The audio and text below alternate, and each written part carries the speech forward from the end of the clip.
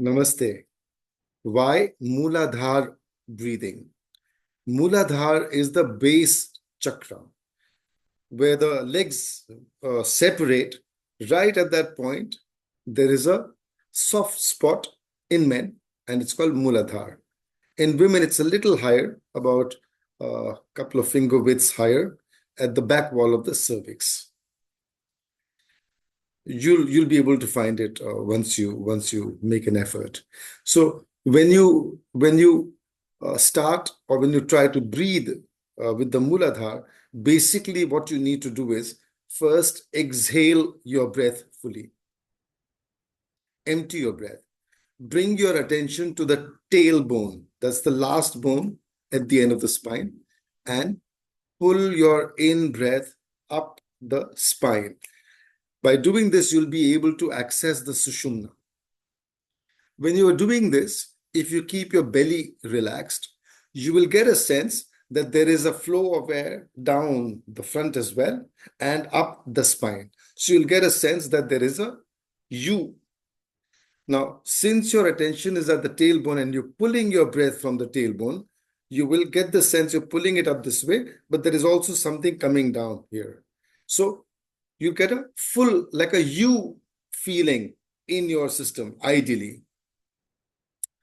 Unfortunately, many people have too many stresses, blockages, etc., and they may not be able to feel this clearly. So if you learn how to belly breathe, I've shared numerous videos on belly breathing as well, and you can watch those videos to start belly breathing. It'll give you better results. Now, this is obviously a very simple example or simple method for Muladhara breathing. It'll bring you immense benefits. See, most people are not aware how their respiratory system and the other nadis in the body are and how they function. So obviously there is a connection. When you're breathing in, people think the breath goes till the lungs and it stops there. Maybe the case in some respects, but there is a part of the breath, if I can call it that, that continues to go lower, or can continue to go lower, all the way down to the Muladhara. Why is it important? The breath that you are breathing brings in many gifts for the whole body. Now, when this breath is coming in and going all the way down to the Muladhara, it is able to start accessing all the chakras. Now, the chakras, to be accessed more easily, the breath or the prana needs to move up the spine. When the breath or the prana begins to move up the spine, it passes through all the major chakras. And as the prana moves through all these chakras, it starts not only cleansing these areas, but it also starts giving them the gifts that the prana contains. So pran is life force. Life force means it has things in it that are required by the whole system. Whatever this prana is, think of it, for example, when you see lightning, thunder, what is this? This is a kind of energy that the environment has and is being displayed or being used by the clouds when there is thunder and lightning, and it is the same breath that we are breathing. So a certain electrical charge is taken in when we do our breathing. And as you know, when we are alive, as long as we are alive, this energy reflects itself in so many different ways. There is heat, we are able to move things, so there is kinetic energy, there's chemical energy, we can break down food, digest it. So there are numerous functions of this energy. Prana, the breath that we breathe, if we are able to do it well, the flow and the movement will ensure that all the chakras benefit from it.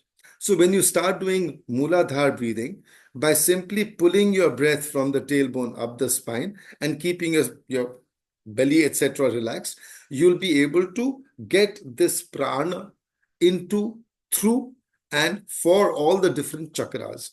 Chakras are like plexuses, like distribution boxes, if you want to think of it this way, from where energy is distributed to the main organs, all the organs and all parts of the body, all the cells and so on.